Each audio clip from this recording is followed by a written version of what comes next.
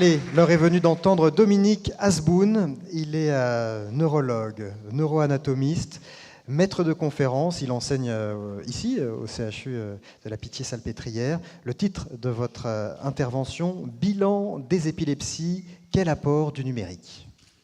Bien, donc je vais effectivement vous parler d'une affection qui est très difficile pour les patients, surtout lorsque les traitements ne sont pas très efficaces. Ce qui peut arriver, on appelle ça des épilepsies réfractaires, et c'est très important de mettre le patient au devant des choses, parce que la technologie, c'est très bien, mais il faut, c'est vrai, que cette technologie soit au réel bénéfice. Ce terme de bénéfice a été dit tout à l'heure plusieurs fois, et c'est très important, au bénéfice du patient. Alors, c'est au travers de cet exemple, de l'exploration de ces épilepsies dites réfractaires, résistantes au traitement, que je vais vous montrer quel est l'impact en fait du numérique dans cette prise en charge. Vous savez, c'était très dur au départ. Il y a eu des technologies vraiment, je dirais, un peu effroyables même pour les patients, avec des explorations intracérébrales, des injections de produits dans les ventricules, des chaises qui basculaient pour avoir une diffusion du liquide dans des liquides opaques dans les ventricules, enfin des choses un petit peu très très dures à une époque. Et maintenant, grâce au numérique, on est en train de faire évoluer tout ça pour une précision, une fiabilité et surtout pour un confort qui n'a pas de pareil. Et alors, c'est au travers de cet exemple que je voudrais le montrer. Une épilepsie, qu'est-ce que c'est ? C'est en fait une décharge d'une population de neurones paroxystique. On ne lui a rien demandé, la population, elle se met à décharger. Et elle est synchrone. Tous les neurones vont décharger simultanément. Alors, soit c'est une petite population, soit c'est tout l'ensemble du cerveau. Et si c'est une petite population, on va parler de crise focale. Évidemment, on va s'attacher aux crises focales, les crises partielles, parce que peut-être qu'on va pouvoir agir sur le foyer qui est à l'origine de cette crise. Il va falloir donc analyser l'activité électrique de ce cerveau. Et pour comprendre cette écologie locale de cette activation électrique et son origine et sa propagation, et pas prendre une des propagations comme l'origine, par exemple. Donc vous voyez, le problème est très difficile parce que c'est dans le temps, il faut arriver à analyser cette activité électrique et c'est aussi bien sûr dans l'espace aussi pour déterminer ce foyer. Alors, vous le savez tous, je pense, très nombreux le savent, on va faire les électroencéphalogrammes, ça c'est tout à fait connu. Simplement, dans le bilan de ces épilepsies, il faut aller beaucoup plus loin. Alors on commence par faire des EEG, des électroencéphalogrammes vidéo de longue durée pendant des jours, des nuits. Donc le patient est dans son lit, il y a des caméras. Et là déjà on a toutes les traces des enregistrements électriques et la vidéo jour et nuit du patient couplée sur l'écran, numérisée. Ce qui va nous permettre d'analyser la clinique. C'est-à-dire tout d'un coup, des crises, ça peut être des mâchonnements, ça peut être des activités automatiques, ça peut être un mouvement de la tête, et puis une élocution des paroles qui sont produites à ce moment, etc. Donc on fait une analyse clinique et en même temps électrique de cette activité. Simplement, cette activité, on enregistre assez mal, puisque très souvent, on a des crises qui sont internes, à la face interne du cerveau. Et là, malheureusement, quand on va mettre une électrode à la face externe, on a beaucoup de mal quand même à être très précis pour ces régions profondes du cerveau. Alors on va poursuivre. On va se dire, mais comment marche le cerveau sur le plan métabolique ? Comment marche le cerveau pendant une crise ? C'est deux examens.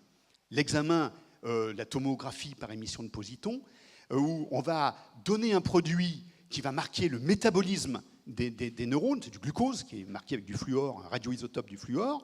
Et donc quand on injecte ce produit, enfin on donne ce produit au patient, on va avoir une image du cerveau avec ces zones qui fonctionnent bien et des zones qui fonctionnent moins bien, qui font de sortes de trous métaboliques. Et cette fameuse image, vous avez dû voir, on voit parfois par image, dans tout ce que vous voulez, du rouge, du bleu, du vert, etc. Puis d'un coup, il y a un trou métabolique, il n'y a pas de rouge, il n'y a rien. Et donc là, déjà, c'est suspect, c'est une région suspecte. Simplement, on ne sait pas si c'est la région qui crise. Alors pour ça, on fait encore mieux, c'est qu'au moment où le patient va faire une crise, on va lui injecter un produit qui diffuse dans le neurone, qui diffuse dans la cellule lorsqu'elle est très active. C'est ce qu'on va appeler le SPECT, c'est Single Photon Emission Tomography, donc SPECT, hein, S-P-E-C-T. Et là, ce qui est très intéressant, c'est qu'on va marquer les cellules qui sont très actives à un moment donné, le moment de la crise. Alors évidemment, c'est une logistique terrible, parce qu'il faut un produit radioactif, mais pas trop radioactif, et surtout avec une demi-vie, c'est-à-dire une durée qui est courte, et il faut attendre la crise. Et quand la crise arrive, vite, on se précipite, on injecte, et à ce moment-là, on a des marquages de ces régions. Le problème, c'est que le cerveau, il fonctionne, c'est un brouillard électrique, si vous voulez. Hein. Et donc, on va faire des soustractions entre l'activité cérébrale normale et l'activité cérébrale pendant la crise. Ce qui va permettre de faire ressortir, à ce moment-là, la région qui a crisé, en éliminant l'activité habituelle du cerveau dans les autres régions. Alors, là intervient le numérique, puisque l'idée, c'est d'enregistrer. Pour enregistrer, il va falloir poser des électrodes. Et pour ça, il faut poser une question au cerveau. Si évidemment on va poser des électrodes dans le lobe occipital alors que c'est le frontal qui crise, ça ne sert à rien, ce n'est pas la peine.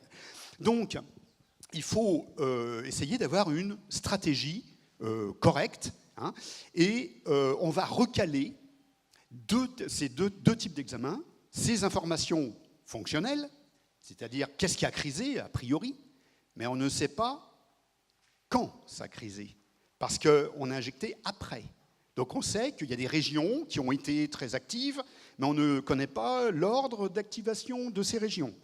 Mais ça va nous orienter pour pouvoir effectivement bien cibler les régions du cerveau. Ensuite, on recale tout ça sur un examen IRM et le numérique là est très important, puisque vous savez que l'imagerie maintenant, elle est en 3D. Hein, beaucoup de nos imageries sont en 3D. Et donc on va pouvoir recaler en fait sur le cerveau anatomique, 3D, on va recaler les informations fonctionnelles, les petites zones qui s'allument. Et avec ça, on va commencer à réfléchir sur les stratégies de ciblage pour savoir qu'est-ce qu'on doit enregistrer pour décider, enfin pas décider, mais découvrir d'où part la crise, comment elle se propage, et est-ce qu'il y a un seul foyer, et donc est-ce que je pourrais peut-être le supprimer, l'enlever chirurgicalement. Alors, pour cela, on va poser un cadre de stéréotaxie. Donc, pourquoi un cadre de stéréotaxie? C'est simplement qu'à un moment donné, il faut bien le 0, 0, 0, X, Y, Z, hein, droite, gauche, avant, arrière, haut, bas, X, Y, Z. Et il me faut où est le 0, il faut décider où est le 0. Hein, et donc, après, j'ai un système de coordonnées. Je positionne donc le cerveau du patient dans un espace connu, et je vais pouvoir donc créer des trajectoires connues et reproductibles. Et à ce moment-là, on va faire ces calculs, et avec le cadre, toujours, le patient au bloc va être implanté, on fait un petit trou, puis on enfonce l'électrode juste dans le bon angle, exactement selon les chiffres prévus. C'est lourd, c'est difficile, et là, tout d'un coup, la robotique arrive. La robotique, elle va nous permettre de faire des repérages, d'utiliser en fait ce système d'électrodes sans le cadre, parce que le système de référence, au lieu d'être donné par un cadre qui est vissé sur le crâne, et c'est dur, c'est des patients qu'on installe le cadre le matin, hein, toute la journée, nous on calcule, on a 12-13 heures de calcul, et le lendemain matin, il dort avec, le lendemain matin, il passe au bloc. Vous voyez, donc bon, c'est franchement pas rigolo. Ceci dit, je suis étonné parfois du sourire qu'ils ont, hein, qui supportent parfois assez bien si l'environnement médical les bichonne suffisamment, évidemment. Voilà. Et le robot, lui, va balayer, par exemple, la face avec un laser, prendre des milliers de repères, et puis utiliser aussi des points internes du cerveau qui sont parfaitement repérés pour se faire son propre référentiel, sans le cadre, sans toute cette technique un peu dure pour le patient. Et là, c'est formidable.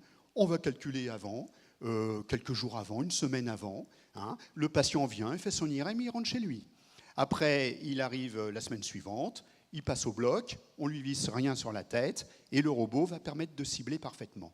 Et on commence à faire des études de fiabilité qui montrent que c'est quand même très précis. Théoriquement, 0,8 mm, 0,2 en sortie d'usine, 0,8 quand on fait un balayage laser, qui est un peu moins précis au niveau de la face.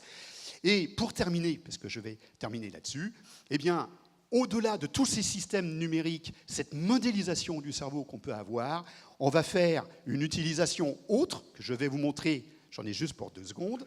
Eh bien, on va récupérer les modèles et on va les imprimer en 3D. Et là, nos étudiants vont pouvoir... Ça, c'est une IRM.